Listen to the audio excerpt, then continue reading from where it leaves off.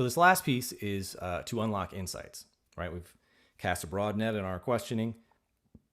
We've narrowed it down through constraints and priorities.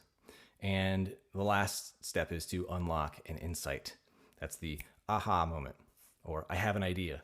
In this section, in this phase of questioning, you will use a reflective what if question to challenge your assumptions and spark creative solutions. So you get to that point where you're like, I don't know.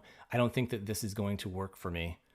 Instead, ask, what's stopping me from prioritizing this trip, right? How can I overcome that?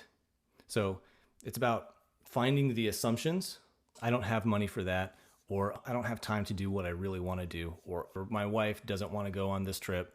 So those are all not just constraints, but limitations. Those aren't constraints you put on yourself. Those are things that are outside acting in on you. Those are limits. So what's stopping me from prioritizing this trip? What's stopping me from generating enough income or money in order to take this trip that I actually want to take? How can I overcome that? So we're unlocking the insights by targeting the underlying assumptions. So for example, if you think this can't be done, instead ask, what would make it possible? All right, 3-step process. Again, to review, we start broad with our big questions.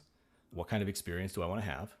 Narrow it down through your priorities and constraints, and then unlock insights by unpinning those assumptions. Instead of saying, what's stopping me from prioritizing this trip? Or instead of saying, I can't go because, or so won't let me, or I can't get enough time off from my job, whatever, instead of all of those little excuses, ask yourself, what's stopping me from prioritizing this trip?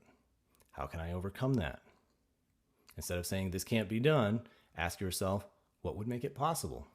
The last thing I want to talk about today is a few ways to practice better questions. All right, so 3 ways in particular, because improving your questioning is about intention and practice.